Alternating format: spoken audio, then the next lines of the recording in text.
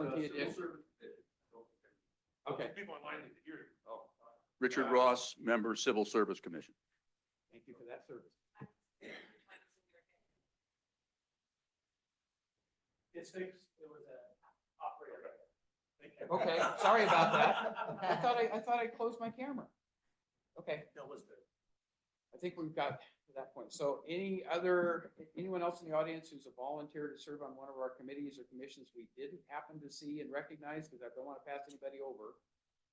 All right, so not seeing any more in the room, we'll look here to see if there's anybody on Zoom that we want to recognize. I don't see anybody unless you do. All right, so we're going to move beyond that, but I think it's important to recognize who our representatives are that are doing advisory work to the Board of Supervisors, as well as our local leadership team. So thank you all for that. And with that, we'll move on to item 2, adoption of tonight's agenda. Does anyone on the leadership team have any exceptions they would like to propose, any changes? Okay, so seeing none, we'll take the agenda as presented. We're going to move on to item 3, public comment. So this is the opportunity for anyone who would like to speak to an item that's not on tonight's agenda to do that. We allow 3 minutes. And we also have the request that you use a microphone, either one of the portable ones or the handheld if it's going around. Again, so the Zoom participants can hear. We may be able to hear in a room, but people on Zoom can't hear if you don't use the microphone. So please make a use of that. So, yes. And we ask you to voluntarily identify who you are so we know and we can follow up as necessary. Oh, hi, I'm Michelle LaMonica. I walked in late. I had my warm coffee with me. I called CPS the other day. Can you hear me? Okay, yeah. Because I frequently see a woman with like a 2-year-old child can't handle it. And CPS called the sheriff's department, and the sheriff's department followed up with me. And then I called human trafficking national hotline. And the solicitation of a minor for money is human trafficking. So it's really, really important that everyone in this county knows that this is a human trafficking group. Direct target, direct rated. It's really, really important to call 911. I forwarded on to the agencies. I've seen them at my church in Granite Bay. It's the same van. It's this blue van. It's older that dropped them off with the Toyota van. And these poor kids, I don't even think they belong to these people. The kids just dragging along. And I know you would think it's the child and you see babies, the friends that see people. And it's really, really important that we don't allow this in our county. So we don't support this. Very good. And I'm pleased to hear that you reported it because a lot of people don't know who to talk to. It sounds like you've done the right outreach and getting a hold of our sheriff's department and talking to the hot team. I don't know if you spoke with them directly, but we do have representatives from the sheriff's department here, and I'm sure they'll carry the message back as well. These people are not called, but they do please. Okay. They do this for others. Okay. Appreciate that. All right. But it's a lot of. Thank you. Okay, anyone else on something not on tonight's agenda?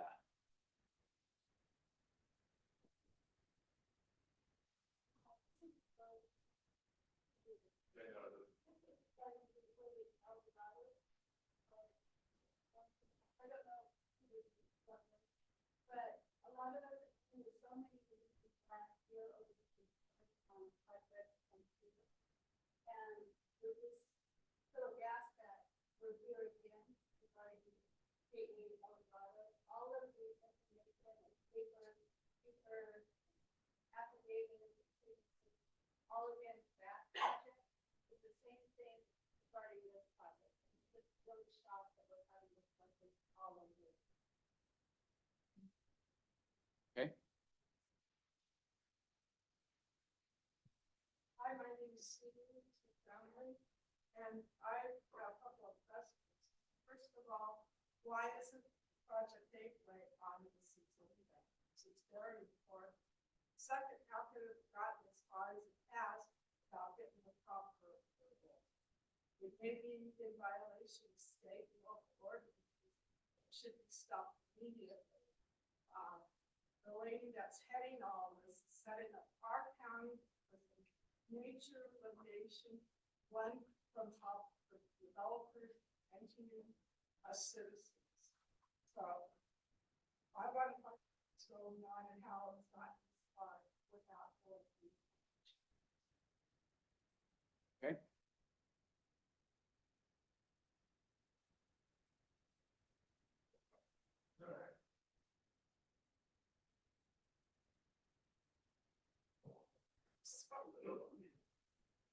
Monica Thomas, not to beat a dead horse, it's still being text that we.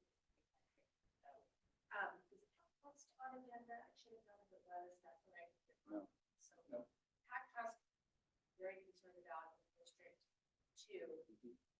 It's another project, the Gateway project, so many of them popping up, and I know things should have been addressed perhaps when Amazon completed, but I don't understand how this is a possibility with the measures that were put into place for traffic regulation. So, big question.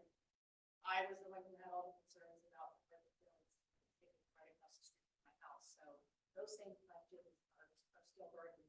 We're going to allow these two warehouses going. So I have concerns about that. Okay.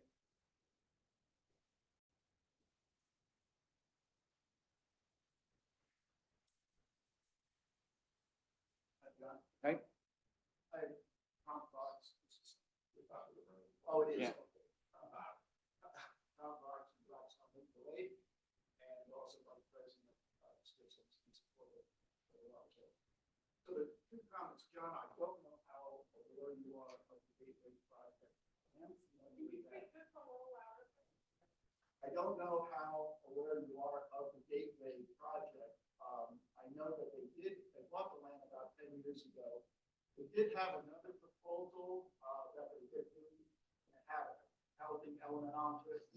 But this one right now is 64 acres, loading docks, et cetera. It's not yet a proposal. There's no application planning yet, except for the two buildings that are in construction. But, the problem with the traffic study that Gateway themselves did shows traffic impacts that are even greater than what Amazon proposed. They talked about 3,500 plus trucks per hour and fitting a timeline from like 8 a.m. to 5 p.m. or so. That's almost 300 trucks per hour. So it's really significant. And I don't know anybody that would deny the fact they own the land, they need to develop it, they need to put a profit on it, no one has a problem with that. But the issue is, I think a mixed-use development there, something that has retail, commercial, housing, office, et cetera, would be more appropriate. And they did have, and I understand, invested millions of dollars into a previous proposal that they withdrew. Since it's not yet at the stage where you can't talk about it or vote on it or anything else, I think it might be a good time for the council to reach out to Gateway and let them know that this is not a proposal that is sitting well with the communities for 5,000-6,000 of us down there. I don't know how many up here. I think this is probably something that we want to talk with them about, because we're not denying the fact that no one wants to stop them from making a buck. It's about having a kind of a proposal that brings the county money and sits well with, make them money and sits well with the residents as well. So that's what we're looking at. Otherwise, it's just going to turn into another Amazon. The other thing is the zoning is not correct. Chuck King and I met with Aaron Garner last June, I think it was, May or June, and she wrote the interpretation letter that you probably have seen already on the RMV. That interpretation letter basically says that parcel hubs, distribution centers, that type of heavy impact trucking is not appropriate for an R&D. That is appropriate for light and heavy industrial, but not R&D. We met with Karen Garner just a couple of weeks ago, and she said right now, there's nothing that she can object to because there's no proposal. So I think this is a good time for you to get active and for George and the other supervisors to get active now, because now's the time when we can talk about it. Now's the time when we can work with them to craft something that works, rather than creating another problem. Agreed.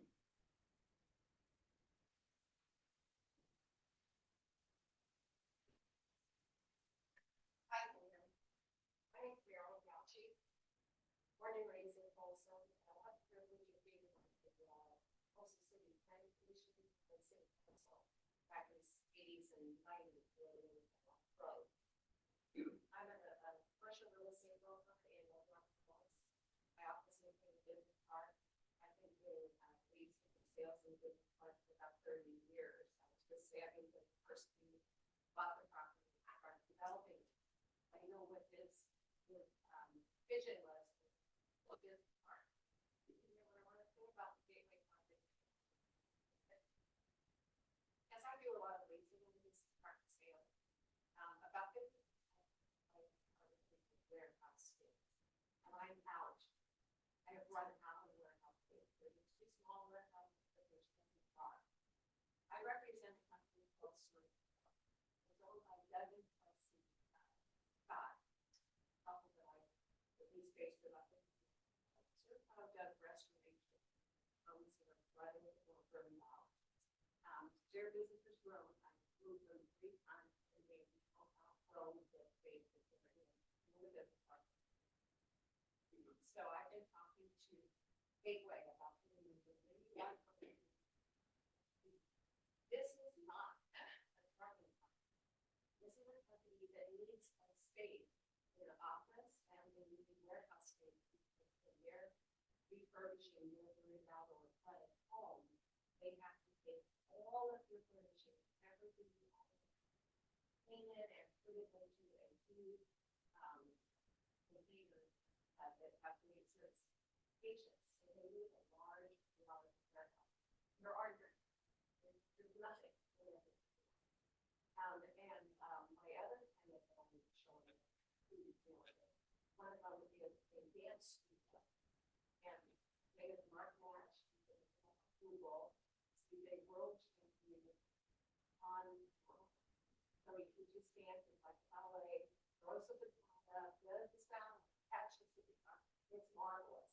He teaches a dance studio and for a year, I've been looking for a space what I'm doing for his business. We are now considering the gateway project. So I don't know where the idea of really Gina working in my warehouse. I know the owners, they're local people, and stop houses, and they're good people.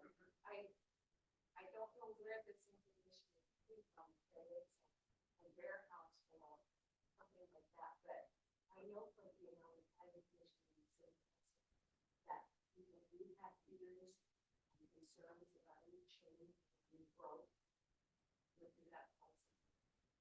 And, sorry. Yeah, and I don't want to do it back and forth. I Yeah. just wanted it, this is basically to hear from you. We need to have a follow-up discussion, which will get broader. But I also want to mention, if we've taken all the comment in the room, because I want to cover it before I respond to anything, but yeah, let Tom make a quick response. And okay, and hand it, okay. Yeah, I just wanted to respond that tenants come and tenants go. The data that we're looking at, that people are upset about, is coming from Gateway itself. They're talking about developing 63 acres. Their figures are over 3,500 customers. Those are not my figures. This is their data. So that's what we're really concerned about. But I understand the plight of a small company needing to expand, but that company could have a 5-year lease and move out, and then we could have a different operator in there. So just to be clear on that, and the information that we received is out on the net from Gateway, see their marketing material, it's all over the internet. And so that's what it is. John Rassi, I'm also happen to be vice chair of the Area Planning Advisory Committee. And if you look at their promotional materials from the company that wants to build, and you see a 24 loading docks go, you have to believe that it's going to be used for 42 total, okay? And this is material that they have put out. And that's something that we gotten from, hearsay or whatever. It's in their plan. You can see the picture of all of the docks that they're planning immediately, and so that's where we stand with that. Thank you very much. Anyone else? Yes, I would like to make a comment if I could. Actually, I did just say, to brief everybody up with some additional information, not so much a comment.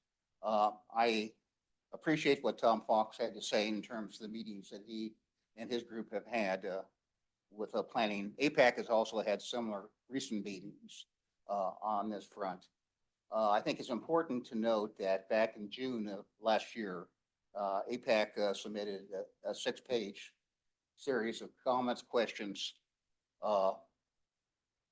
and concerns that basically pointed to some of the similarities we saw in this project as defined versus Project Frontier.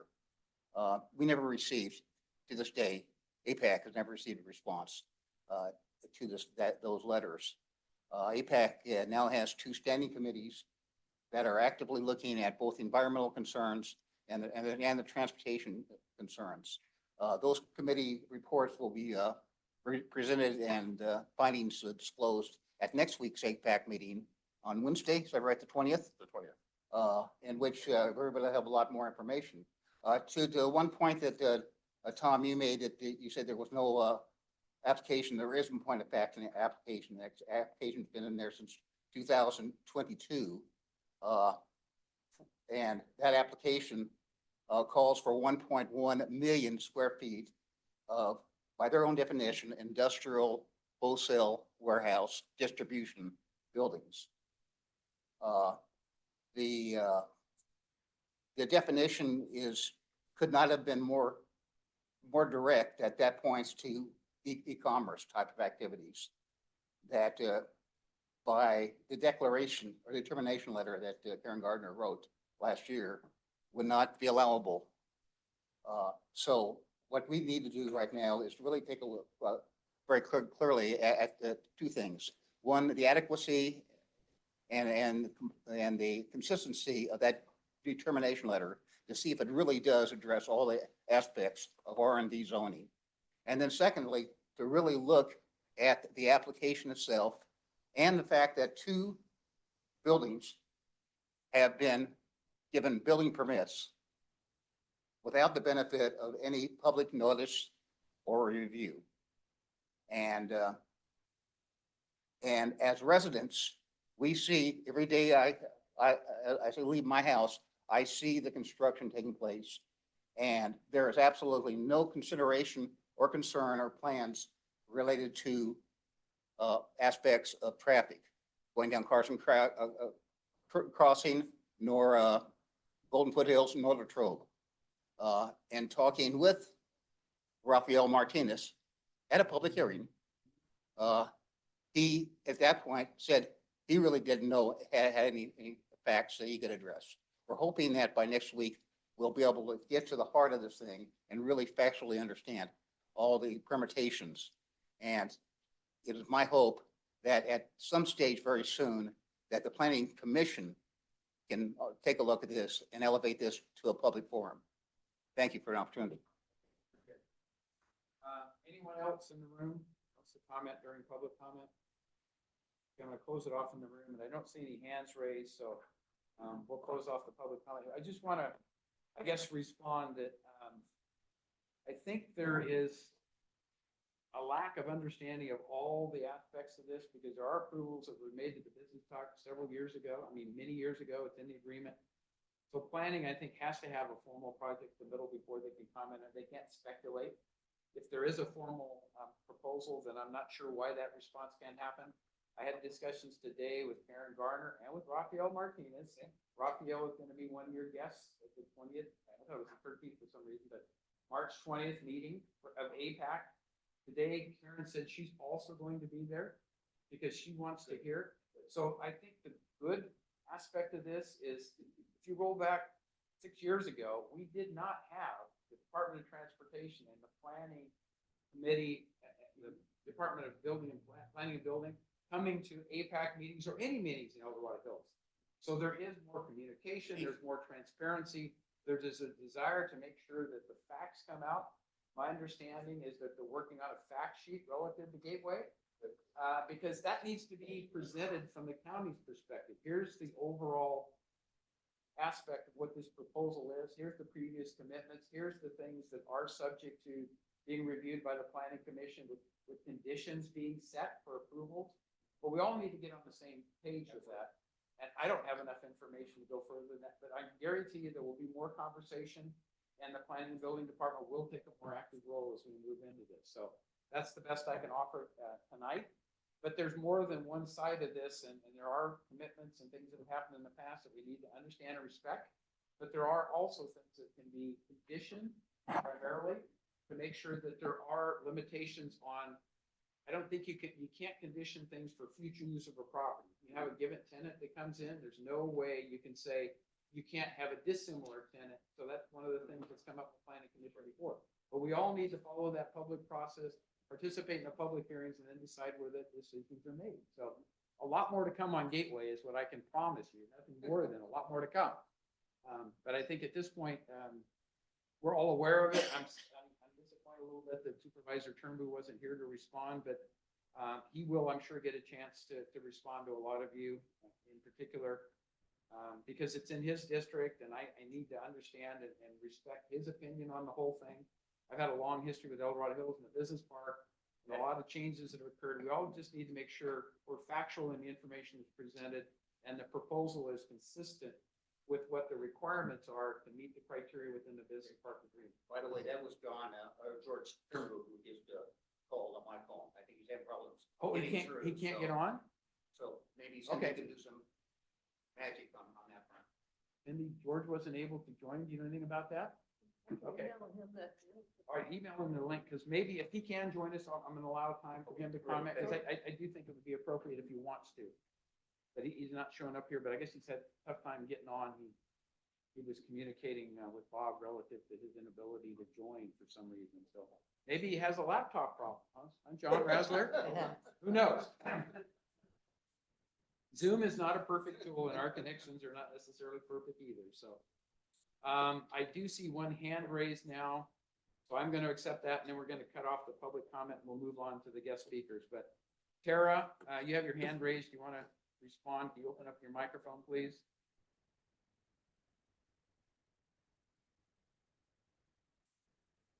Tara, do you want to respond at this point? Does she have to be promoted to speak? I think so. Because if we have to promote her, then we need to do that, but I don't think she would need to. But I'm not sure how this one's set up. A lot of Zooms are different parameters. So let's see if we can promote Tara. I'm not even seeing the microphone symbol, which is a surprise, because normally that's the enabling thing. All I'm seeing is a hand raise, so maybe she does have to be promoted on this to a panelist to be able to speak. As a panelist? No, Yeah, no, you could no, allow that's- it. You can allow guests on some of them, but I'm not sure how this particular one was set up, so. She talked to me about a different subject in Gateway, but maybe she wants to weigh on Gateway. If it's Tara McCann, it could be a different Tara. So if we can't get that open, we're gonna move on, but, okay.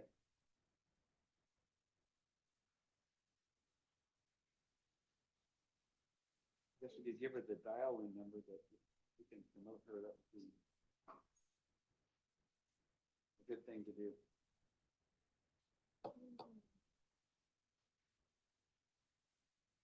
All right, given the timing of this, I'm gonna move on, and we'll allow time to come back to it. If George gets online, we'll come back and allow some time. We'll have to figure out how to promote Tara to be the last speaker on open forum, our public comment period. But I want to move on to the guest speakers tonight, because I know that a lot of people wanted to hear the presentation and really understand where we are with the changes that we've had in our operation of emergency, Office of Emergency Services. let me just start by explaining that El Dorado County, like all counties, has a responsibility to their constituency to deal with emergency services and how that's going to operate. In El Dorado County, we've always worked with our sheriff's department to be the primary implementer, administrator, if you will, of emergency services within El Dorado County. There's been some recent changes that were proposed and approved by the board to expand that membership beyond just primarily being the sheriff's department to include fire service.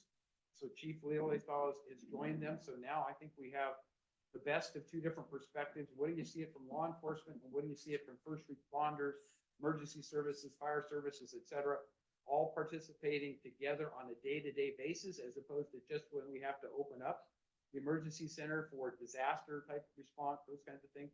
So it's gotten bigger picture and it's gotten, I think, more responsive to the needs of the public. So with that, I would like to introduce Troy Morton from the Sheriff's Department and Chief Lilienthal from the El Dorado Fire Department to lead us into the presentation. And please be open to provide some of your background, because I know Troy was the representative in the community council from the Sheriff's Department talking about, as a detective, I think it was at the time, talking about the crime in El Dorado Hills and updating. We're still trying to get a replacement for the sequence that's happened. But Troy was here several years ago in that capacity, and now he's back to talk about Office of Emergency Services. So some of your background information you'd like to provide, that would be welcome, and likewise with Chief Lilly.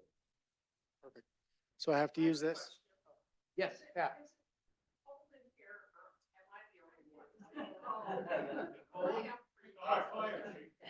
I'm just warming up. It's not affecting me, but Chief Lilly just took care of it. Should see a temperature rise quickly. Thank you. All right, thanks, Chris. Pat. All right, yeah. Judging from the hood in the back, and all zipped up to the top, I think she might be cold too. So I don't think you're the only one. So my name is Troy Morton. I'm with the Sheriff's Office. I'm a lieutenant and I'm assigned to manage the Office of Emergency Services. I've been with the Sheriff's Office almost 20 years. And I've been in this OAS spot for almost 4 years. So tonight we have a presentation on perimeter, among other things. Real quickly, like the supervisor said, last year we added 2 positions to our OES team.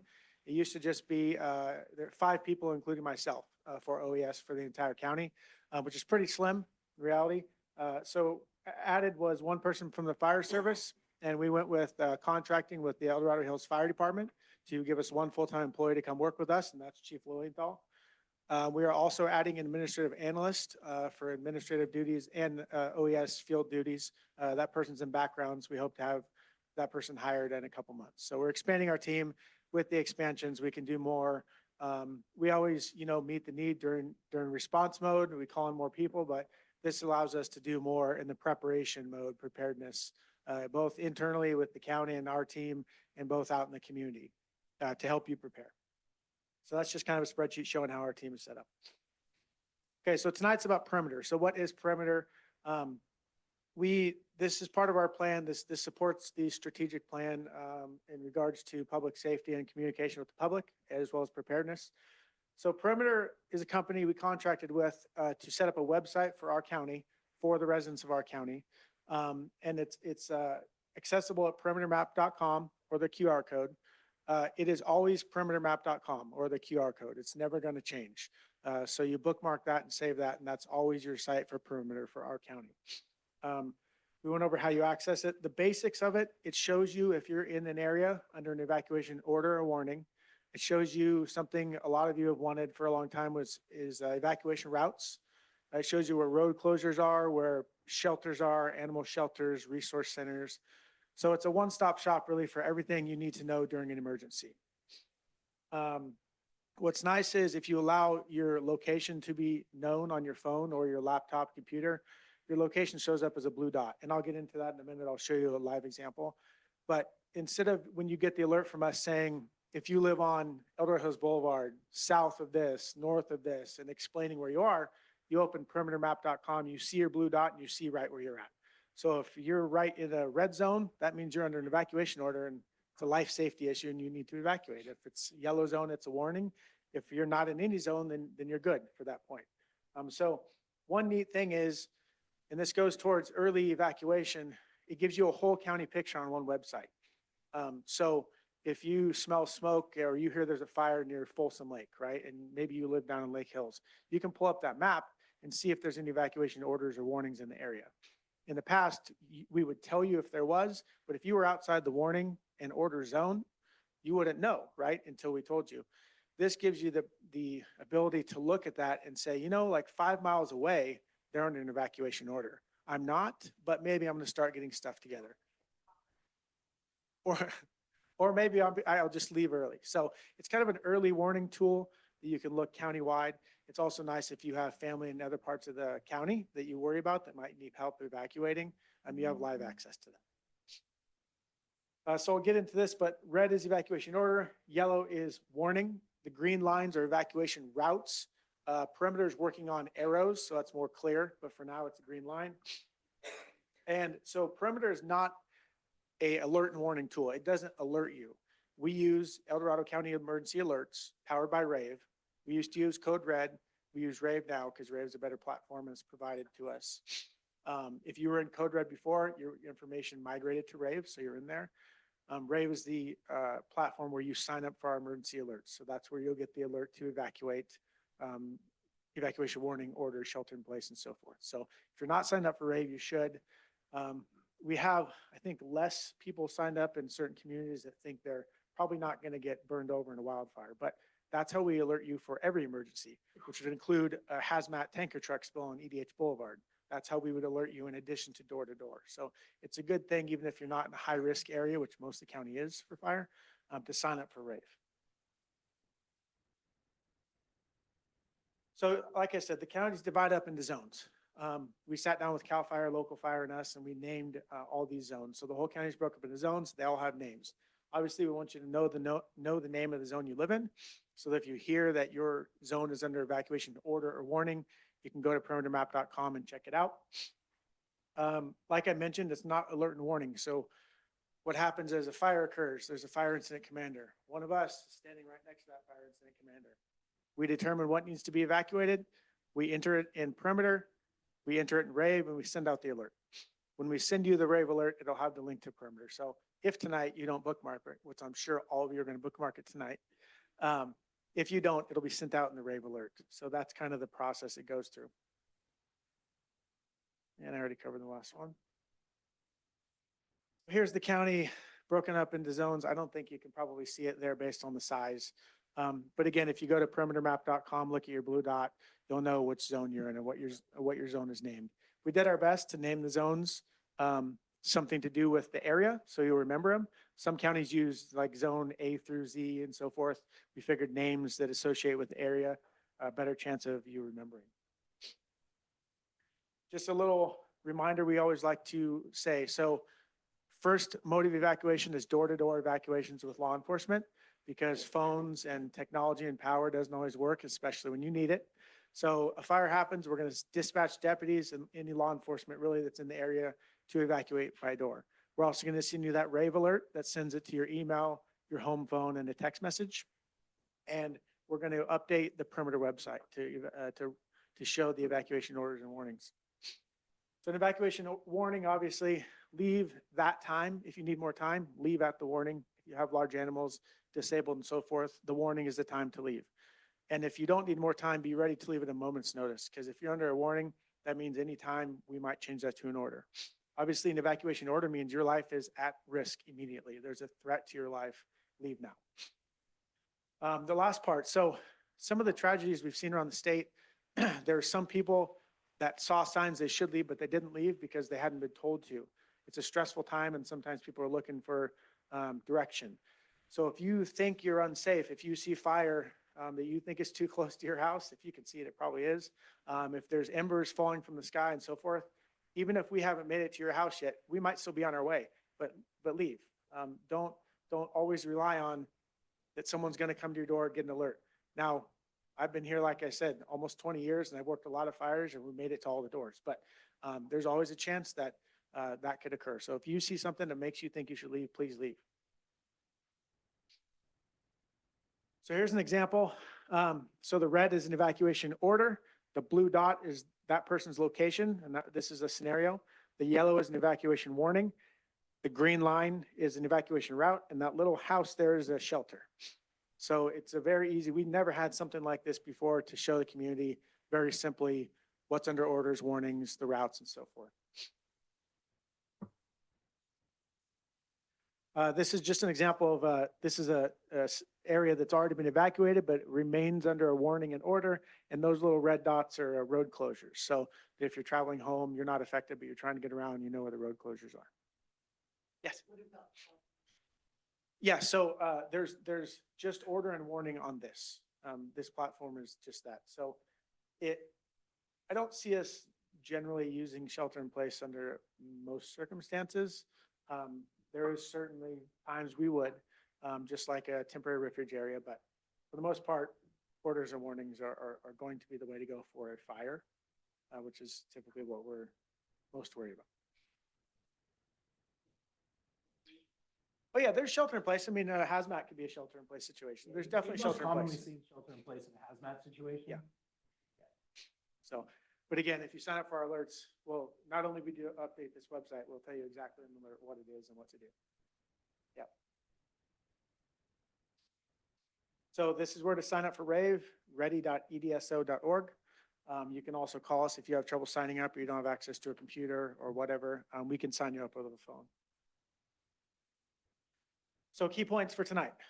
So enroll in RAVE to get our emergency alerts. You'll get them right to your cell phone. Save the perimeter website, perimetermap.com. This is something that we get a lot. Familiarize yourself with your exit routes. Just take just 30 minutes out of one day to drive the exit routes from your house and know every route out. Prepare an evacuation kit, important documents and medications you're going to need. Every fire, we have to escort people back in or get them to their pharmacy because they've left medications that they need to survive. So have a bag or have a plan for what you need to grab real quick. And lastly, obtain information during emergencies from trusted sites only. For whatever reason, the valid information that us and CHP and the county and fire put out seem to get out, but then the misinformation that's not right from these random sites goes to everybody somehow. And then so we spend a lot of our time trying to correct that. And that misinformation goes anywhere from causing anger to possibly putting people's life at risk. So Sheriff's Office site, El Dorado County site, local police department, CHP, El Dorado County, CAL FIRE, fire districts, just only trusted social media, trusted websites, because that's where the real information is coming from. Yes. In your experience, how reliable are landlines? Pretty well with my cell phone. Yeah. If you get a landline. Yeah, so yeah, landlines are great because they're going to work without power. If they're the old copper landlines, they'll work without power. So with RAVE, you have to sign up for a cell phone and email. If you have a landline, our RAVE notification will get to you, even if you're not signed up. So landlines are a good option if they're the old ones that work without power. I'm not sure where that's at in this part of the county, but. So we've created this one-page flyer that it's on your table, both sides. One side is everything you need to know about RAVE and everything you need to know about perimeter on the other side. At the bottom, we have our email and our website and our phone number. So if you need any help, you can call us, email us, or go to our website and we can help you out with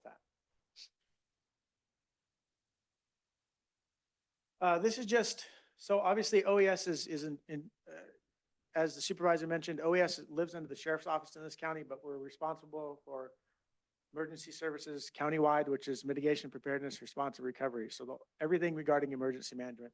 And so as part of this increase in staffing, we're able to do more things.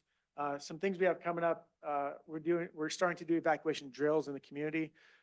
This year we've chosen one area in El Dorado and one in Tahoe, where we're actually going to go to the community, get people that want to voluntarily evacuate for a scenario, and they'll evacuate to an area where we'll have a town hall for the whole community to go over how that went for them and explain the process. And so we will do one down on the West Slope, El Dorado Hills at some point in the future. We're going to start with 2 a year pre-fire season, but that is coming. Town halls, same thing. We'll be holding informational town halls that we'll share on our website. You can either attend in person or online and just listen, just to how to prepare and what to expect during a wildfire. And the last thing is with this new staffing, we're building up our county team to respond and deal with emergencies. It's always been our team and a couple from the CAO's office. And now we have a team of about 25 people who have volunteered across different county departments that are coming in and being trained by us to work in our emergency operations center. Excuse me. So more people, more capability, nothing gets forgotten, nothing gets dropped. So we're kind of building, this is just one step in building out to better prepare the county and better prepare the community for emergencies. And that is all. Chief, did I miss anything that you? No, but there's more of these flyers on the back table there, and I just highlight that it's two different sides. So one side that says rave, that's the alerting. So if you go to the QR code right there, you can use your phone and it'll take you right to the website or the ready.edso.gov. And then the other is the perimeter platform that Lieutenant Morton's talking about. And again, if you want to see that platform while you're sitting in the meeting today, just turn on your camera and hover it over the QR code, and you'll see a yellow bar show up, and you click that bar and it'll take you to the website. You say yes to, I understand, enable my location. And I encourage you to do this while you're sitting here. That way, if anybody here has a problem, you can grab us before the end of the night. And you'll be able to see the zone you're in. We're in central El Dorado Hills right now where we're sitting. So it's a common name there. So do that. We're here to help you tonight. Learn how to do it and then go talk to your neighbors, and please show them how to do that as well. Yeah, I didn't mention that. This is the first part of a giant push of a Know Your Zone campaign, and understand that we have perimeter because it's a tool for the community. So please share. It sounds like there's a lot of people here on different commissions and councils. Share it with everybody you know. Spam their mailbox with something good. We're gonna get the questions. I'm gonna Okay.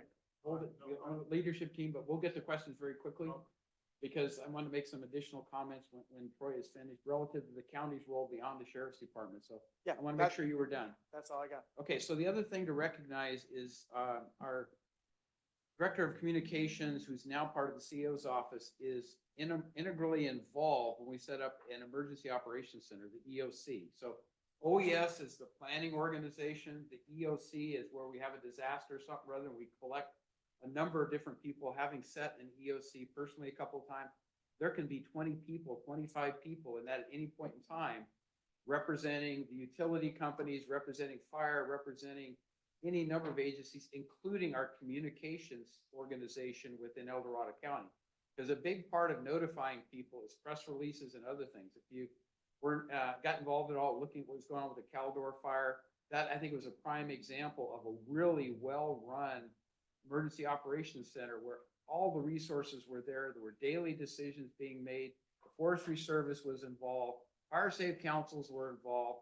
Everybody who had a stake in trying to make sure that we did everything we could to mitigate the risks and to address the evacuation needs and stuff were there.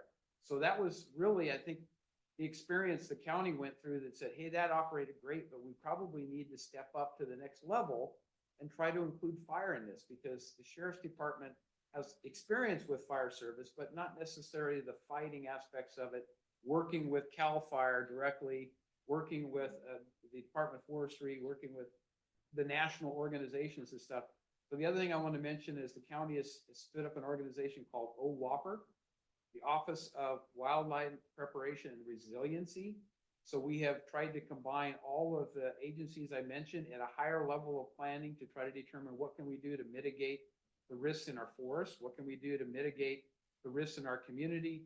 All of that kind of is reflected also in the current evaluation of a defensible space ordinance that the county is promoting. In the past, we had a vegetation management ordinance, and that we're now evolving to a defensible space ordinance. Again, it supports the things that OES is doing in the planning, and everybody is working together more collaboratively than I've ever seen it in the last, I'm going to say, 5 years. And I think the Caldor experience was a wake up, and we recognize that we need to do more. So a lot of counties are now recognizing that El Dorado County is becoming a leader in the way we address OES services, the way we address OWAPR type of collaboration. So there's going to be a lot more to come, but it doesn't stop with just the sheriff's office. It has a much bigger perspective. So thank you for allowing me the time to kind of share that part of it, because I know Carla is a big part of the interaction that happens on a regular basis and getting the word out. So that's the way a lot of the communication happens, is through Carla Haas. So thank you for that. So with that, I want to open up for questions for anybody on the leadership team first, and then we're going to go to the general office. So Anybody up here that has a question of our guest speakers at all? Thumbs up. Good job. One thing I'll make a quick comment on too is I was on a telecon the other night. We were talking to all of the users of the Rubicon Trail. And one of the nice thing about road closures, you can go in there and determine Wentworth Road is closed off. You can't get into the Rubicon at this point in time through that roadway. So I think this particular tool called Perimeter Map serves any number of other purposes in terms of road closures due to weather and other things that may not be associated with the disaster. But you can access the tool, which I've done, and find out where are there current road closures in El Dorado County. Because we have bridge maintenance and other things going on, you'll now be able to go to Perimeter Map and say, oh, they've closed the road off because they're doing bridge repair, which you may not know if you're trying to use Highway 88 or some other path. So in addition to WAVE and all the other stuff that's out there, I think this tool really helps people be informed if they're trying to access some part of our forest lands or whatever. If there's road closures, and we know they happen with winter snows and those kinds of things, you can get it ahead of time as opposed to going to the CHP and trying to search for it, because I've done that in the past. So this one tool I think is going to be extremely helpful in addition to the fire service response disaster. Yeah, and since we just got perimeter, currently it's just my team doing it for disasters, but DOT inputting into it and those kind of road closures are kind of the next, wave of things. So, so if you find a road closure during a non-emergency time and it's not on there, don't get mad at me yet. It's right now we're just doing the emergencies, but that is because it's such a good tool.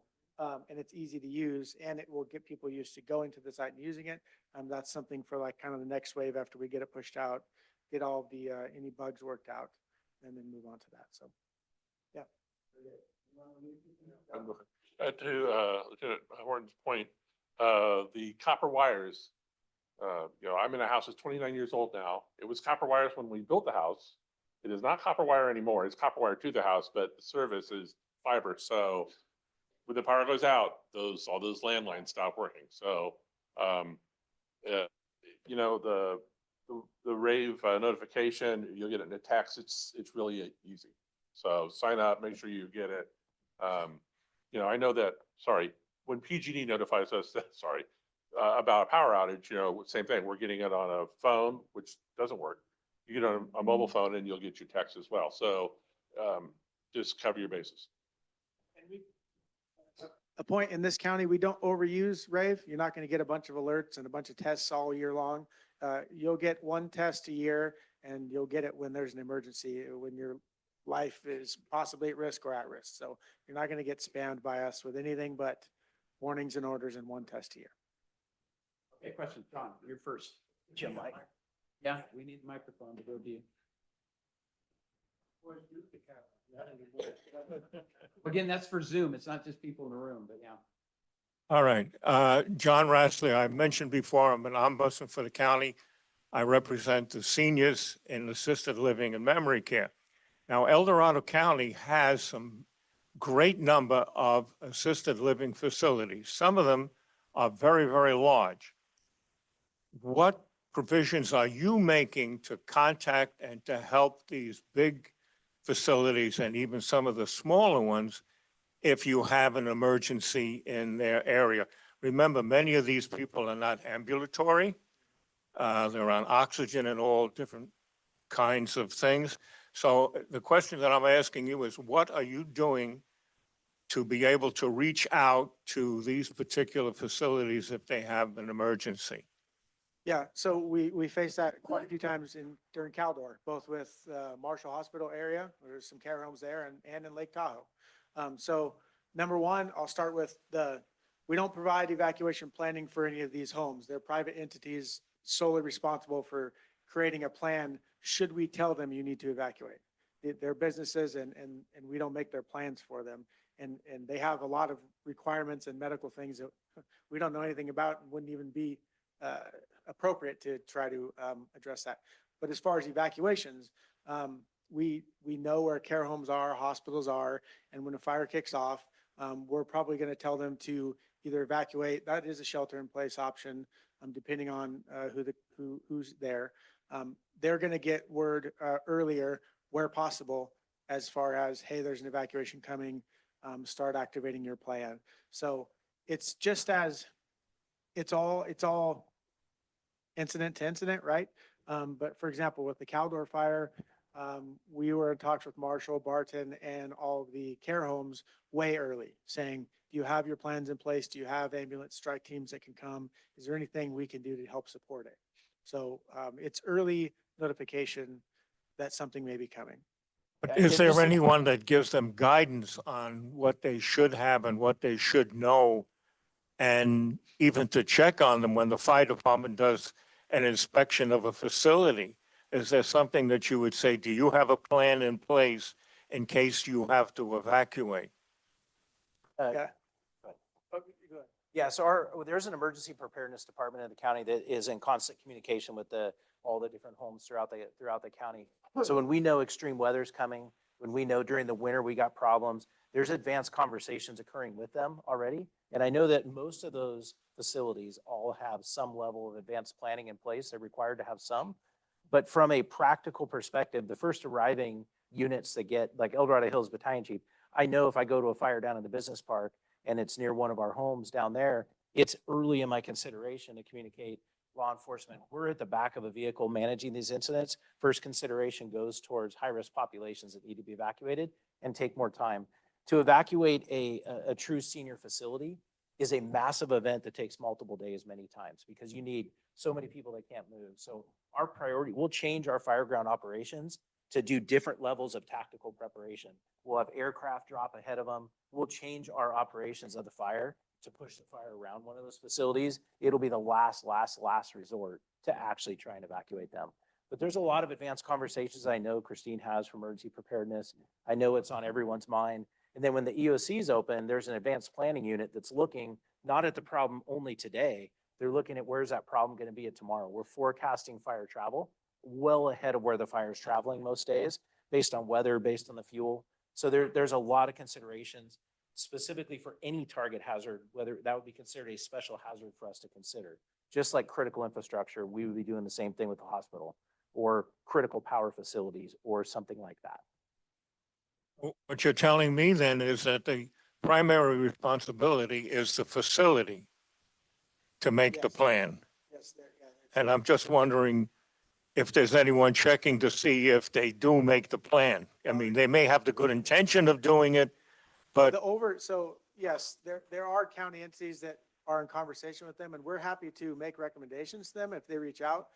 There's a state agency that actually has the total oversight over care homes, not a county agency.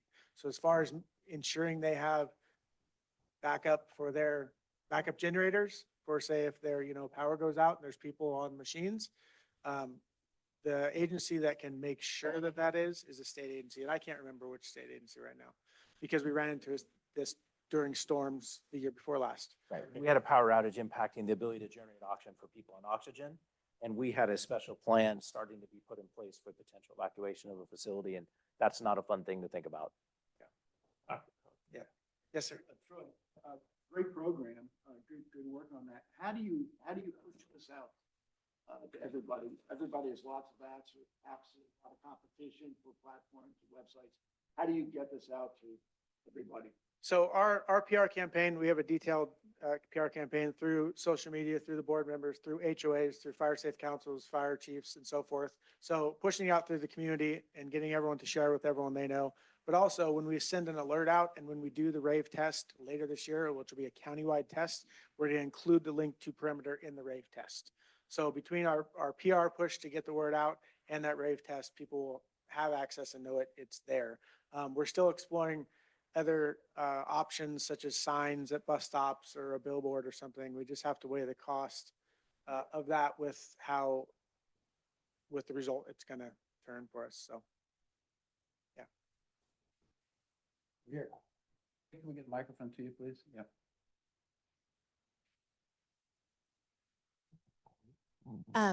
When we're planning for evacuations, is there any way, are you guys working with our districts so that we're not planning developments that are going to interfere with evacuations, especially on our little 2-lane roads?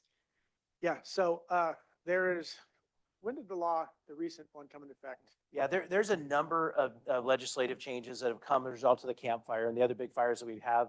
So specific to most recently, there's at least 3 or 4 different law changes requiring both wildfire safe plans, which are, when you have a plan development that comes in place, they're required to mitigate the fuel around the subdivisions, the new ones. New commercial buildings, all of that, they're required to have their defensible space. Not only the benefit of that is they're required to fund it. So in order to build it, we're going to require them to have a fire safe plan in place. We're going to require them to have funding, and then we inspect that annually. So you'll see the clearance of like Serrano, for example, you're familiar with that. You'll see them every year with weed eaters behind the fences. And if it's a wood fence, it's 30 feet. And if it's a wrought iron fence, I think it's 10 or 15 feet. We'll inspect that each year. So that's called a wildfire safe plan. All new subdivisions are required to have that as a mitigation. There's also mitigations on how you build your house. So there's a building code chapter specifically dedicated to building homes in the wildland urban interface.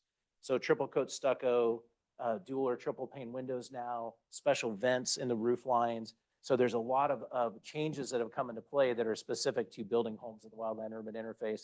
And that applies to commercial properties as well, as far as commercial development. On top of that, now there's a requirement for evacuation studies and analysis. So the law came into place saying that has to be done. It's a little vague on how that's going to look. We're actually working through that process right now, but you're seeing developers now hiring helps to do better modeling and predicting what the impacts of evacuation are going to be as far as the number of cars and whether they go left or right. They're doing modeling to determine if we have pinch points that need to be mitigated. So it would impact the CEQA analysis. This particular study would be part of CEQA, and it would be an evacuation modeling in the CEQA process. And then the wildfire safe plan is a full separate requirement on the local fire agencies, as well as different exiting requirements on how far and how many exits are required to have from the subdivision. Yeah, we get all the reviews for new developments, and they're still working through the details of what to submit to us and what's actually required, how deep it has to go, because it's a new law and a lot of these new laws aren't detailed enough.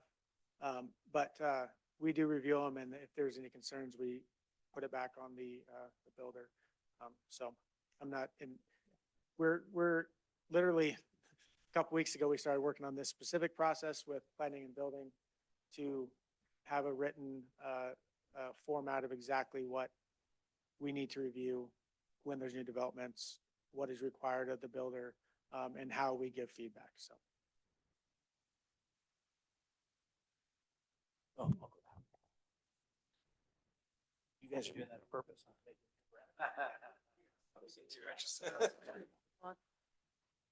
Hi, I'm Pat Kriz. I don't have a very good imagination. I only know what I've seen. And I visited Hebgen Dam in Wyoming, Montana after their big earthquake. And I don't have any idea if Bass Lake has any sufficient outlet. And I don't know if Bridlewood does. I don't know how they, eliminate their water if they get too high. And are you considering earthquake damage? I mean, when Dykegate splits at an 8-point earthquake and all of Folsom washes down the river, what is going to happen in El Dorado Hills? I mean, people aren't going to be evacuating in this direction, that's for sure. Yeah. And when Bass Lake spills over, because we've had climate change and we've got not just 22 Pineapple Express rainstorms, but maybe 60. What's going to happen then? Yeah, so each dams have emergency operations plans, and they notify us. They're required to notify us during certain scenarios. If there's a different flow pattern, if it's in the red, we have maps in the EOC with all the different dams in the county and the inundation maps that show where they're going to flood and how long it's going to take to get there. So we have detailed maps of all of that in the preparedness part of our office. And like I said, they're required to report to us. Obviously, for any dam, if it just breaks without any warning, we're going to be doing evacuations, and that's not going to go as we would all want it to go.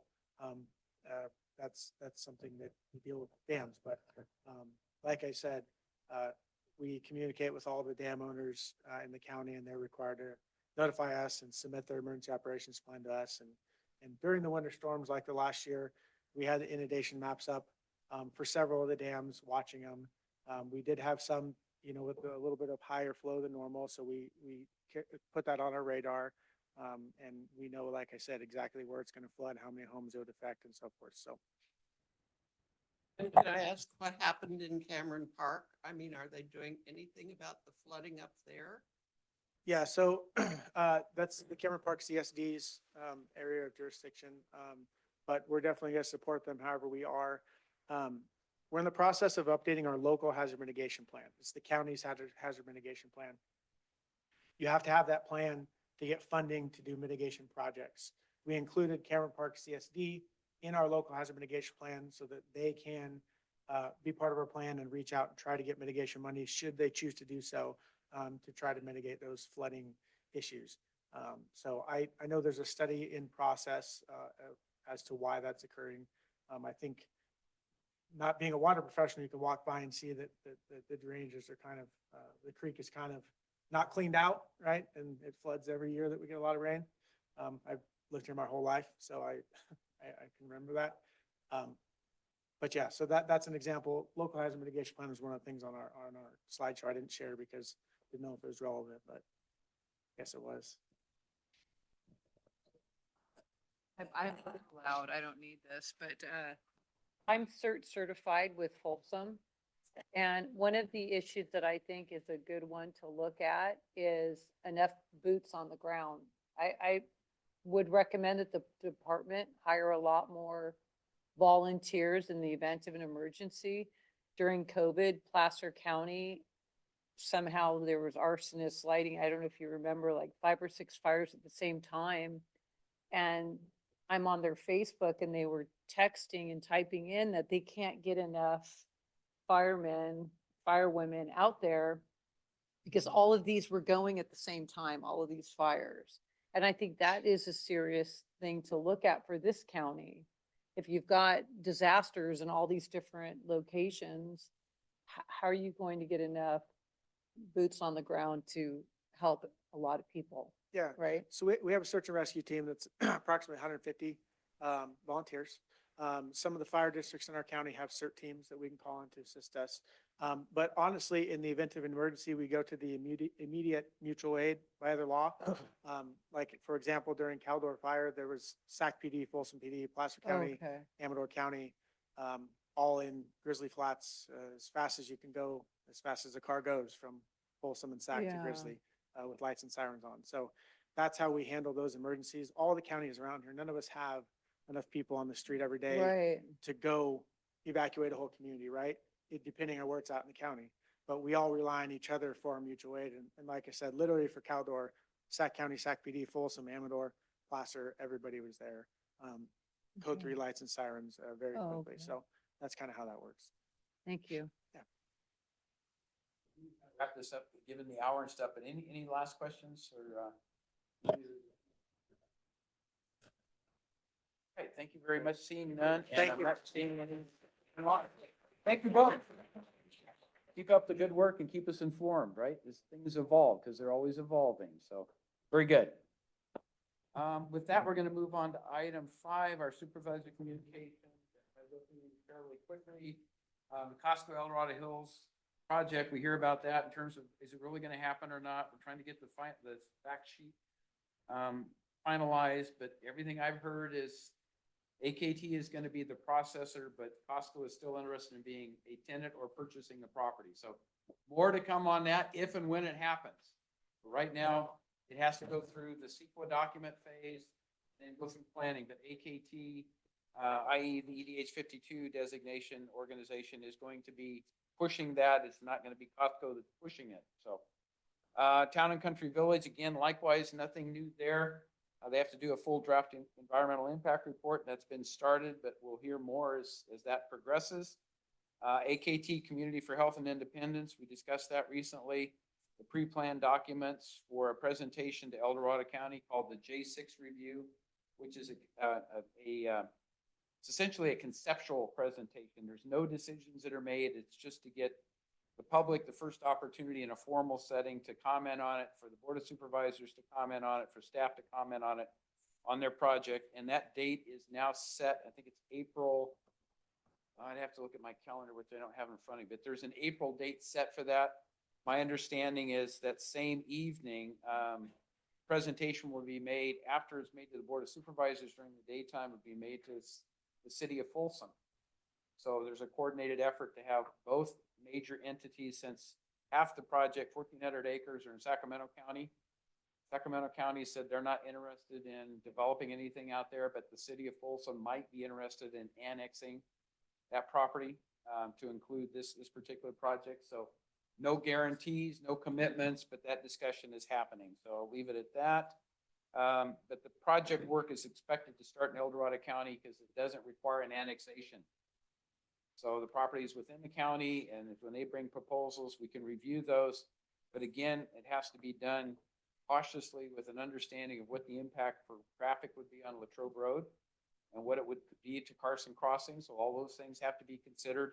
There hasn't been any preliminary traffic analysis done to date that I'm aware of, but we've asked the County Department of Transportation to start looking at that and start doing some speculating as best they can in terms of what kind of traffic might that bring in and what kind of a connection would we need to have on what's called the road to the west.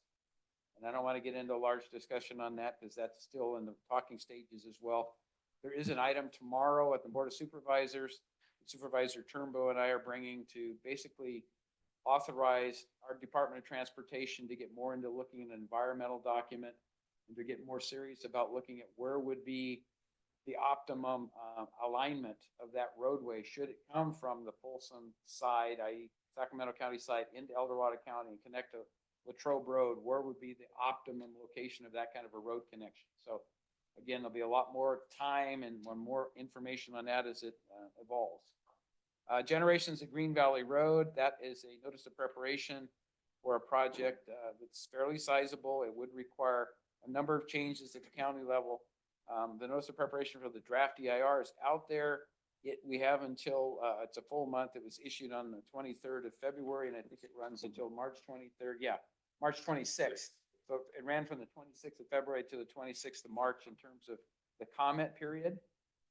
So if you want to make a comment on that notice of preparation, and what that amounts to is if you can identify things that you want to make sure get studied within the EIR, Environmental Impact Report, that's what they're looking to hear, something that might not have been thought about, and going through all the elements of CEQA and saying, you know, I have a particular concern because of this particular condition. How is that going to be analyzed? Those types of inputs is what to look for at this point so that they can be included in the draft EIR. I'll also mention the planning department has a public scoping meeting tomorrow night, March 12th, right here, to present for the first time a discussion with the public in terms of what would be involved with that. There has been a technical advisory committee meeting already. I think that was conducted. Yes, today. 3 to 4:30.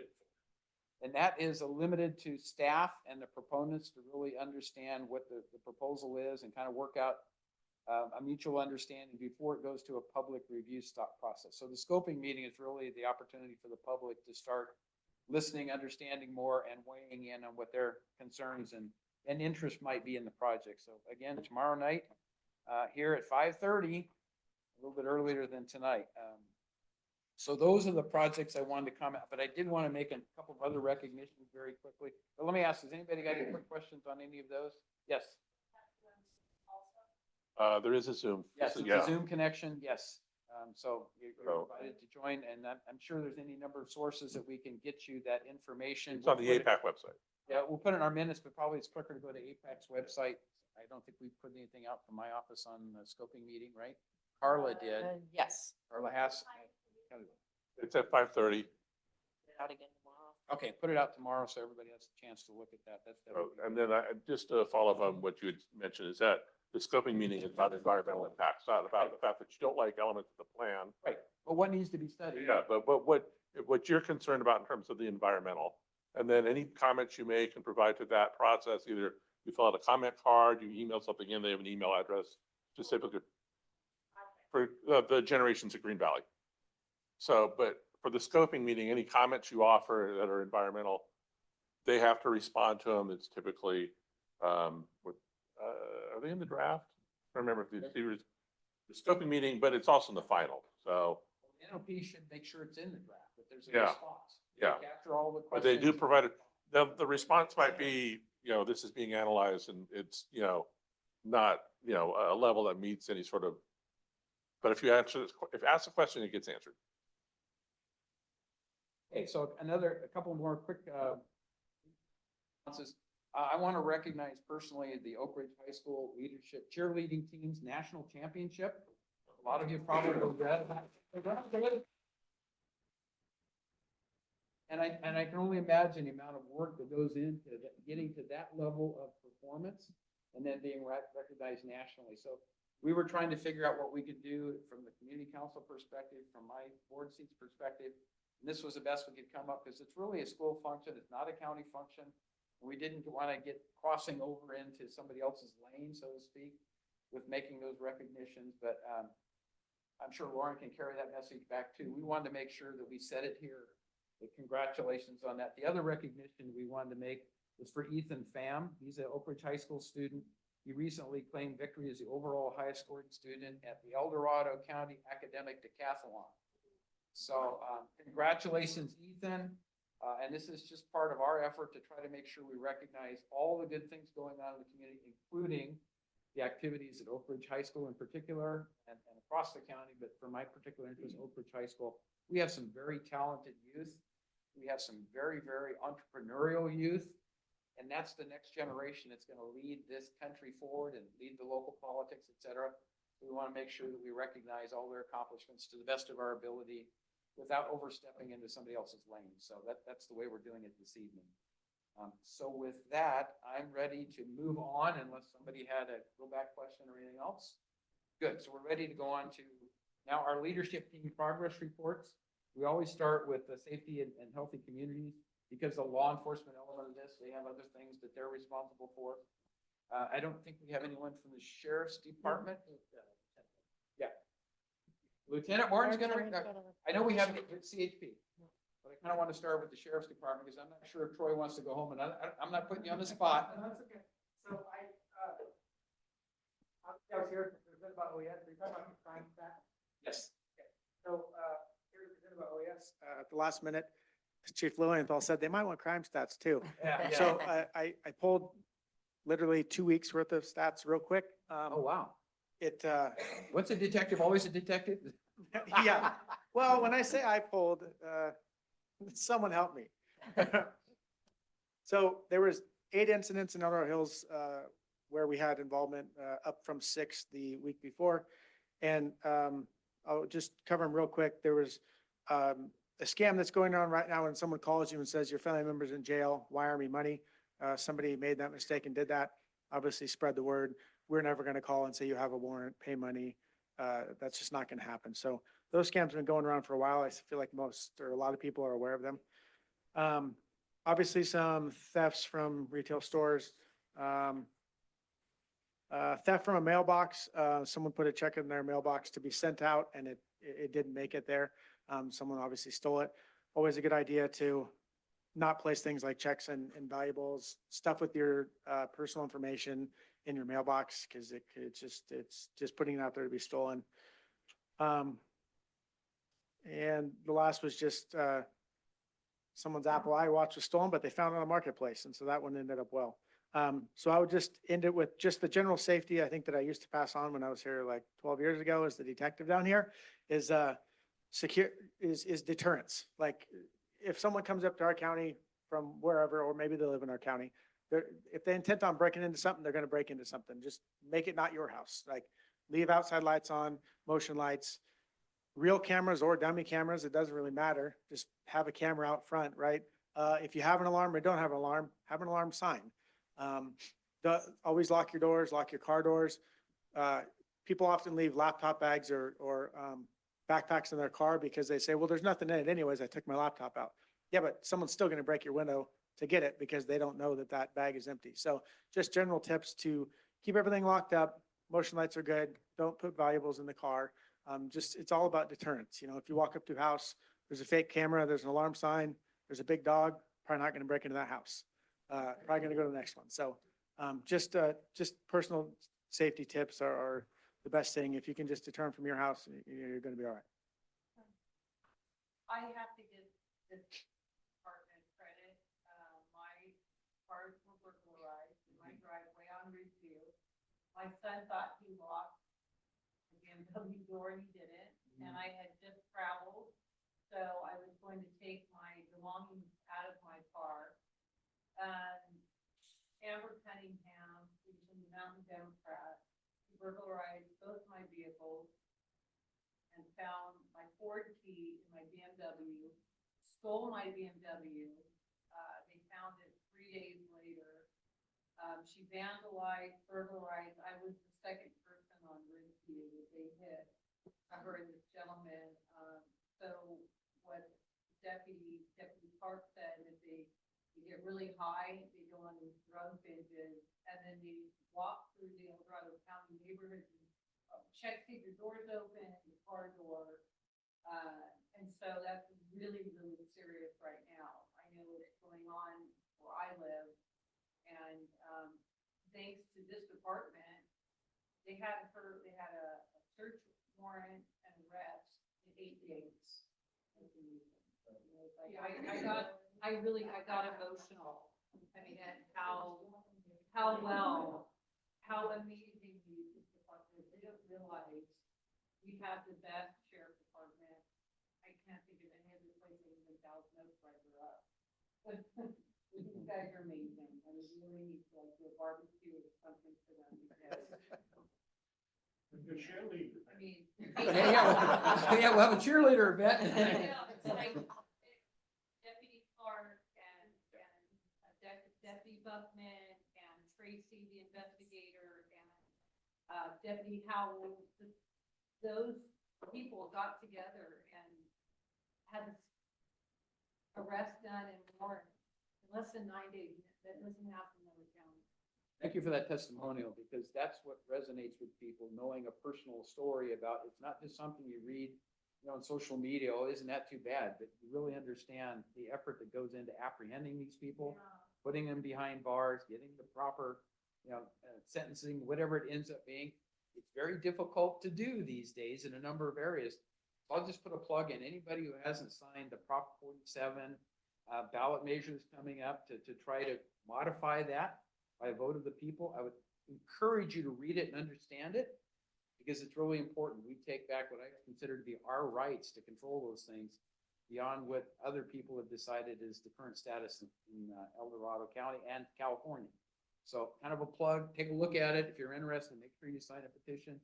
I know they're doing really well in their signature collection, but that's the only way we're going to change some of these things that have driven crime, unfortunately, as opposed to modifying the amount of time people spend in jail. I'll get off the soapbox, but thank you for that testimonial. And then anyone else final here? Okay, well, thank you, Troy, for that. And with that, I'm going to introduce Officer Andrew Brown from our CHP to talk about other things going on related to Department of Motor Vehicle, DUIs, all the other stuff that Andrew keeps us aware of. So.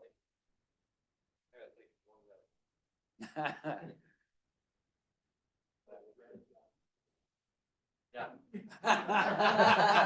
Who are they?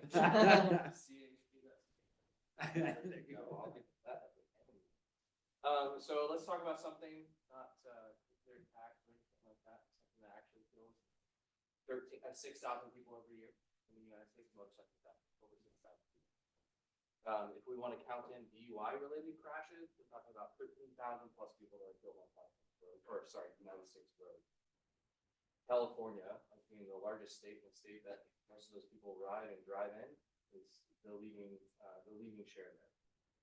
So we want to talk about motorcycle safety. Now that the nights are longer, you're more likely to ride to and from work, and also right after work, and then also the weather is getting fantastic. If you guys are sick of this bad news, just get out your phone and look at the forecast. It looks absolutely fantastic. It'll make you happy. But we want to ride safe out there. I know this demographic in this room, but there's also people that are watching on YouTube and via Zoom. We want to make sure that this message is sent out everywhere. sober driving and sober riding is where it's at. We need to focus on that. Motorcyclists disproportionately die while drunk, higher than car drivers. And they're also arrested at a much higher rate than car drivers, for DUI. We want to focus on DUI as well. That's not just rider safety, wearing helmets and riding slow and having a non-noisy muffler and things like that. But we focus on DUI as well. Motorcycles are not the only issue that are going on right now. Golf carts were brought up recently. Golf carts are a thing that many people expect to use when they move into a retirement community or a community in El Dorado Hills. But currently in El Dorado Hills, there is no golf cart transportation plan. There is no golf cart legal usage anywhere on any street in El Dorado County. Even if you live in a golf cart community, okay, or near one. So anytime you're leaving your private property or behind your private gates, we're gonna have a vehicle code issue. There's nearly a dozen California vehicle codes that apply when it comes to this. It's very complex. But just to let you know, we've had a lot of golf carts coming to our office for VIN verification to get identified, to get registered. It's not happening. Golf carts do not get registered in the state of California. You may be down in Newport Beach or on Balboa Island and see golf carts with license plates. Many of those may be MEVs. MEVs are neighborhood electric vehicles. They are a very specific type of vehicle code definition, what they are and what they can drive on. Even if you were to get an NEV, so you live in Four Seasons, if you were to get an NEV, you cannot drive on any road to get out of your community. All those roads that have a speed limit much higher than what that NEV is allowed to drive on. So all carts cannot be registered. So we want to make sure we're following the rules. Why are those rules in place? Well, what kind of vehicles are these? Are students' mothers picking up their cars from school? The bigger cars, the big cars, and when all of a sudden we have a crash between a golf cart and an Escalade SUV, there's going to be a tragedy. The front page of Mountain Democrat or Village Life of Sacramento Bee if it's a kid, and we want to protect this community from that issue. So I want to make sure that that's clear that there's currently no golf cart transportation plan. Golf carts are not allowed to be used on El Dorado County public roadways, and most roadways around here are not even legal for any usage. So that's the current state we're in. Obviously, all this stuff. I want to remind also people that are listening, electric scooters and e-bikes. Okay, so the California Highway Patrol has prompted all the area offices, such as possible area office, to develop a program or a presentation, more specifically, more appropriately described, a presentation to be given at community meetings and or schools and things like that. It's to educate people on new emerging electric technologies with bicycles and scooters and hoverboards and all the things that we think are fantastic that we should buy our kid or grandkid for a Christmas present, but very likely it could be an illegal thing for them to even operate on. So we want to make sure we're checking out the laws. Go to chp.ca.gov, Google it right in there. That's the source of that information right there. You can find out for yourself. So all these e-scooters that middle schoolers and younger are riding to school are illegal. They have to have a Class C driver license to operate them, any powered scooter. They have to have a driver license. Okay. And we could go on and on about hoverboards and things like that. So that's the big one. E-scooters, you have to have a driver license. It's not like the highway patrols out there riding, impounding and taking those operators to jail for operating without a license. No, that's not what we're doing, but it is a rule out there. It is enforceable and could be coming to a high school or middle school near you. Quite a bit of enforcement coming up. I'd like to finish this. Highway patrol's hiring like crazy. Everything I do has to have a recruiting element. So the highway patrol's hiring, chpcareers.gov or CHP 1000. Our base pay, I'll be honest, our base pay first year out of the academy, $117,000. Spread the word. We are hiring like crazy.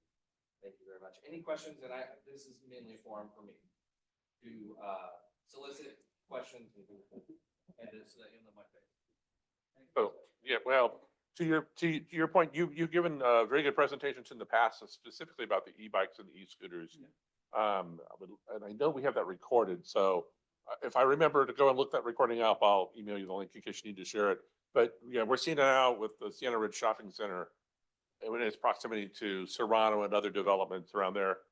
Golf carts constantly on the wrong side of the road, no less. And then a lot of kids on e-bikes and scooters, no helmets. Yeah, so let's go into golf carts. So if you're caught operating a golf cart unlicensed, it will be impacted, well, it may be impacted.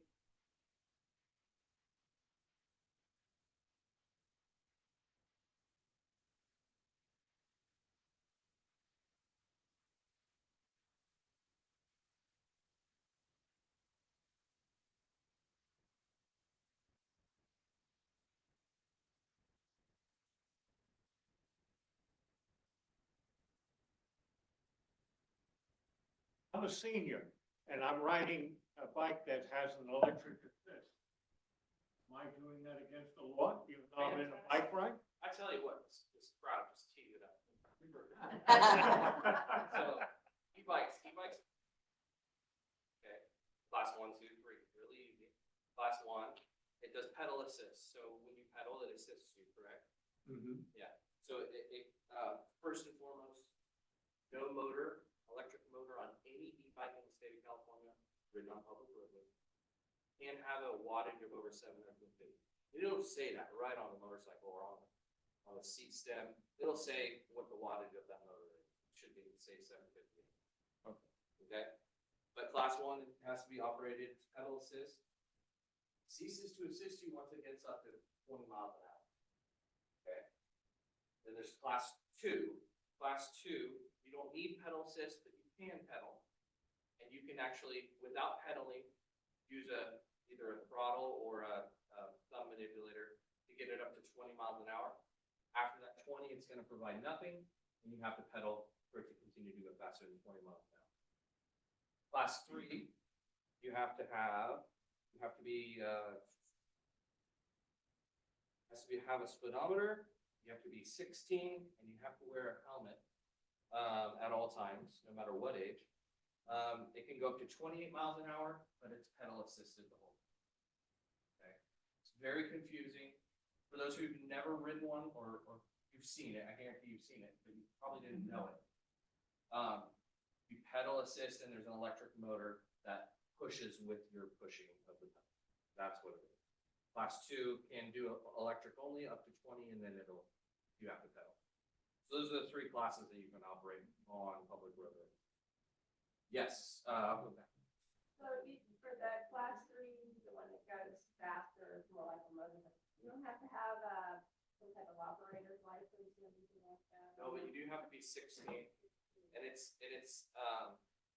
only 700 up to 750 watt motor capacity total. So for example, we live in a affluent community here. There are some high level e-bikes that I've seen high school and middle school kids riding, such as Onyx or Sorons and things like that.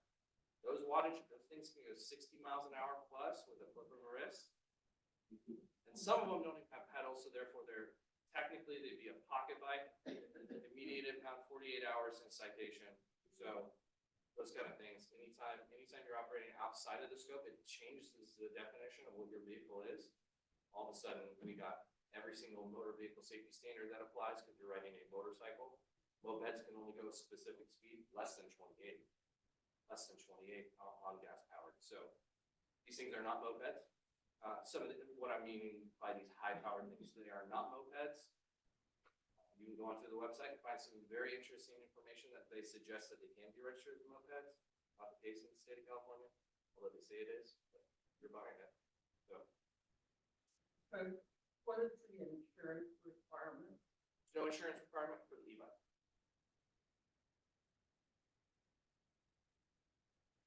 Health insurance. Yes, ma'am.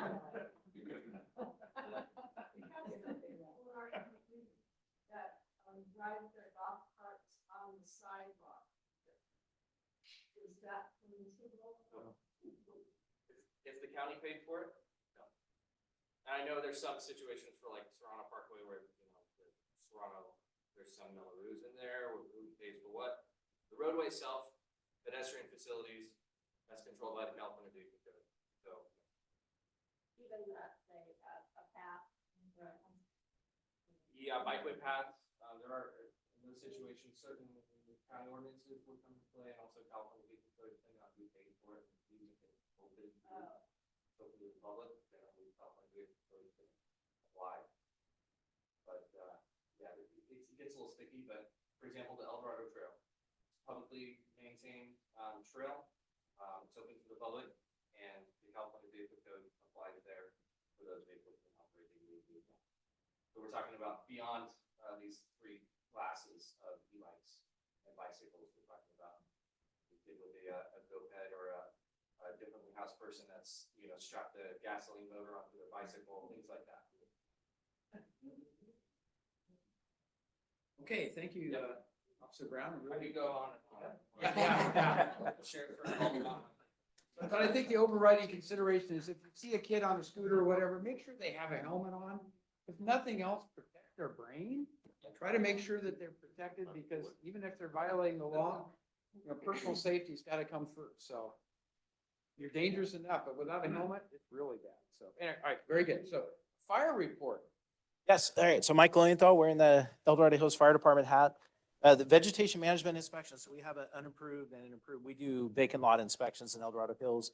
That process has started, notices are out, the inspections are starting, so good for our community. We do that every year, it's the same program.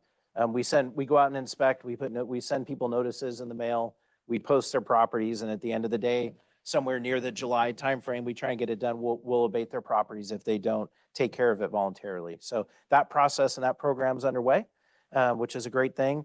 The other change is real estate transactions. So parts of specifically along the Salmon Falls, Lake Hills area, when a property changes real estate hands, there's now a requirement for a defensible space inspection to be done if the property is in a high or a very high fire hazard severity zone. So we're starting that process now that there was just a reclassification done of properties in the El Dorado Hills area, and it changed some of the classifications in like the Lake Hills community and up the Salmon Falls corridor. So we'll be doing those inspections as well. That's to be coming. For the recent round of storms, there was a lot of preparation done in this county, both from the OES side as well as the fire agencies. We did upstaff 7 additional engine companies throughout the county for the bulk of those storms, which provided a lot of extra resources to our communities, which was great. That was funded through the state, so it didn't cost our community any money. They're reimbursing us for our expenses, so we were allowed to be ready and be prepared and be in position to respond if things got bad. Fortunately, we did pretty well. And other than that, we're getting ready and starting the train like we do every year for fire season. So firefighter fitness and training and getting ready for ourselves for the fire season is what we're up to right now. With that, end of report unless there's questions. Question? We do have a CERT program in El Dorado Hills. We've teamed up a little bit with some of the Folsom connections that we have because that's a well-established team, as you know. But we do have a CERT program too, if anybody's interested in that. In terms of the vegetation management, I know last year was a challenge because for risk reduction, there weren't a lot of vendors available. Yes. Have we identified additional vendors for this coming season, or is it going to be a struggle again? It's always going to be a struggle. The availability of contractors to do abatement work, even for us, is definitely a challenge. And it's a challenge for our community members. So we try and work with the community members that are trying to do the right thing and they just can't get a contractor to do it. I know our board's understanding. We've had appeals that we've considered a few variances on, but no, that is a problem for everybody and the cost, right? The cost is going up and up, of course, too, for these abatements that are being done. And Lake Hills Market. Yes. Yep.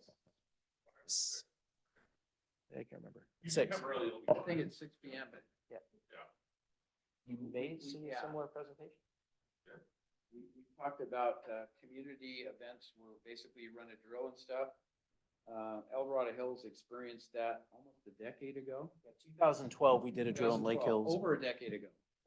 That was one of the first drills I know that was done within El Dorado County. It was led by our fire department. Very, very successful in looking at the communication paths, all the different services working together, what it takes for evacuation. They actually had helicopters flying over and dropping water. I mean, these are simulations that are pretty significant in terms of representing a real scene. And so the history in El Dorado County goes back to 2012 where we started this. And we're now starting to expand it to other critical areas of the county. And I'm just real pleased to see that, because those evacuation drills, the preparedness and stuff that comes out of that, the press response to it is tremendous. And usually they end up with YouTube type video, and you get to see some of the firsthand action in a simulation, right? But it's as close to real as you can make it. And so I think that's just a great way to get people aware of what's going on and prepared for what could happen in their community this fire season. Who knows, right? Hopefully not, but it could happen. So thank you again for that, sharing that information. I will say that we do not have a Healthy Communities report tonight. Kathy Guerrero is unable to be with us. So we're going to move on to other reports. Does anybody have a preference on who goes next? Okay. I'll do it. Our APAC meeting, which would have been on the 13th, was bumped by the Lake Hills Fire Safe Council. But we were scheduling the end of last year. So we will be here next Wednesday on the 20th. We do have a guest speaker, Rafael Martinez, Director of El Dorado County Transportation Department. Going to come and talk primarily about the project for the northbound turn lane from El Dorado Hills Boulevard to westbound Saratoga. It's a project that's going out for bid. And if you've driven down there almost any time of the day, you're backed up. So Director Martinez is going to talk about that. And then anything else that we want to quiz them on. And I know that we have APAC members here and we'll be prepared to do that. And Supervisor Martinez also offered to do a transportation workshop in April. However, we do have a guest speaker scheduled already. So we'll work on that. If we don't have anything to talk about, we could probably fit both projects in. So we will also have from our standing committees, the Transportation Committee, and the Standing Environmental Subcommittee. We're gonna have reports from both of them and well, Bob addressed some of it. A lot of people here are very curious about the projects in the business park, and so we'll have some of those elements involved with that. Supervisor Heidel mentioned that Generations at Green Valley, which is the old Dixon Ranch project, it's downsized, and there's some elements on that have changed, and they're coming back with a new project. They did have their TAC meeting today. Somehow APAC was invited to that. I don't know how that happened.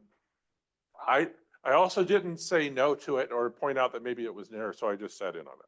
Okay. So, and I know that Tim White, our vice chair, also sat in on that as well. But there were a lot of just, it's a TAC meeting, it's agencies talking about the impacts, and Chief Fields is very good at talking about the evacuation routes, and there is a concern that they've addressed and they'll be following up on. But the scoping meeting for that project is here tomorrow night. I encourage you to come. It's environmental questions. You can get up and say that you don't like the project or you don't like the color schemes that they're picking out on their displays, but it's about the environmental review, and this is your first opportunity. There'll be comment cards you can email in, I think, till the 26th. We have an APAC member that's working on some comments on that. So I encourage everybody to come and see that. And then we have extended an invitation to that project to come and present the project here at an APAC meeting. And we've talked to them at length in the past, even after their original project was denied, and they were very engaged. We have not heard back from them on this one yet. So I'm assuming they're very busy with their scoping meeting. So, but we'll give a brief update of what it looks like in terms of what the documents say it is right now. And maybe if we hear something in the scoping meeting that we can share, we'll share that as well. And then if there are any other project updates that happen in between that time of the 20th, we'll try to fold those updates in as well. And then our meeting in April will be returned to our normal schedule of the second Wednesday of the month, will be April 10th. And we'll have Marshall Hospital here to talk about the expansion plans they have when they're moving into some of the old Blue Shield facility. And we'll have a Q&A session for that as well. So, and but if anything else comes up, yeah, we'll have something ready. So I'll leave it at that. I'll make it quick because we're getting late. Everything he just said, except focused on everything south of White Rock. Okay. So with that, Lauren. Oh. Sure. Yeah, so just to start off with Oak Ridge High School, I was able to sit down with the staff in the Oak Ridge High School Wellness Center last month, and I've mentioned it before, but the Wellness Center is kind of an on-campus mental health support center for Oak Ridge High School students. And truly, our Wellness Center is incredible in comparison to all over the county and amongst other counties. We truly have the golden standard at Oak Ridge High School. Other middle schools and elementary schools are trying to implement wellness centers on campus, but even other high schools like Ponderosa and El Dorado don't have the facilities that we have. I was there during lunch and I was able to see a student come in with a mental health issue, meet with a counselor, immediately get support in a private room, and then be able to walk out before the end of lunch. And like those types of immediate support on campus is not only so necessary, but something that everyone here knows that I've advocated for so much. And so being able to see that first person was incredible. As Supervisor Heidel mentioned, we have some incredible athletes and academic competition teams and all sorts of things. And I could talk about all their accolades for an hour, but I thought this forum would particularly appreciate this one special student. Assemblyman Joe Patterson put together a bill competition. And so a high school student from Placer or El Dorado County could send in an idea for a bill proposal, and he would bring that proposed bill to the state assembly. And an Oak Ridge High School senior actually won the competition. His proposed bill was to create a hotline that senior citizens could report fraud or scams to. And I was able to be there as part of leadership to see when they awarded him a certificate and recognized him in front of a bunch of students. So that was really, really cool. And then in terms of youth commission, the youth commissioners are going to the school board meeting tomorrow to represent the student populations of El Dorado, Ponderosa, and Oak Ridge High School to support the implementation of the peer advocacy programs. Union Mine High School is trying to turn that into A through G class, which means that students could receive course credit for being a peer advocate on campus. And so the students are going to show their support. And then finally, just the Youth Commission is also having a wellness week that's going to be happening on the March 18th through the 22nd. And each school site is doing something completely different. Oak Ridge High School is going to be partnering with our wellness center and going to be handing out some informational flyers. I think we're gonna have some flowers, some pencils, just to be able to support mental health awareness and to improve accessibility to our wellness center. Okay. Yeah. I know. Write down on the notes right fast. Okay. This is just things that are coming up, happening in El Dorado Hills. Once again, the farmers market, it used to be seasonal, now is every Sunday, which is great. And it's from 9 to 1 p.m. at the El Dorado Hills Town Center behind Nibblers and Trek Bicycle. And on a couple days from now, March 13th, it's the first El Dorado Hills CSD Park Party. It's from 5 to 7 p.m. at Jackson Elementary School at their new All Abilities Playground. The CSD will provide free dinner. There'll be music, a bunch of family-oriented activities, including golf games, and that's provided by First Tee. So that's a neat event happening. I think the weather's supposed to be awesome then too. On March 15th, there's going to be a senior St. Patrick's Day party at 1 p.m. at the Gilmore Senior Center. You sign up at the senior center, and there is spaces limited. So, but they put on great events there. And then we're heading into Easter already. On March 23rd, the CSD is going to have an aqua egg hunt from 2 to 4 p.m. at the CSD pool. The Easter Bunny is there. The kids jump in the water and grab some eggs. They're giving them they provide the baskets, and then they grab all the eggs and they exchange the eggs for different prices. So that's fun. And then the Easter Bunny can stay for photos if the kids want that. And then that same day, at Town Center at the Stephen Young Amphitheater, the Easter Bunny is going to be there too, doing photos, but they're also doing a big event with music and games and prizes and magic shows and the balloon animals and things and face painting. And all kids 12 and under are going to receive an Easter basket, and they can each get 10 eggs, and the eggs are filled with candy and toys, and some have some special gifts in them. And it's first come, first served, but they do have 900, so that's a lot. And then finally on March 30th, there's going to be the Easter egg hunt over at Promontory Park. It's for kids 0 to 12, and they should bring their own basket for that. Bring their own bunch of eggs, and that's at 9 a.m. sharp. it for now. Very good. And we put this on our website. Yes, We it's send all it out in our minutes. So if you didn't take notes quick enough, it'll come out in the minutes and you can refer to it there. Thriving economy.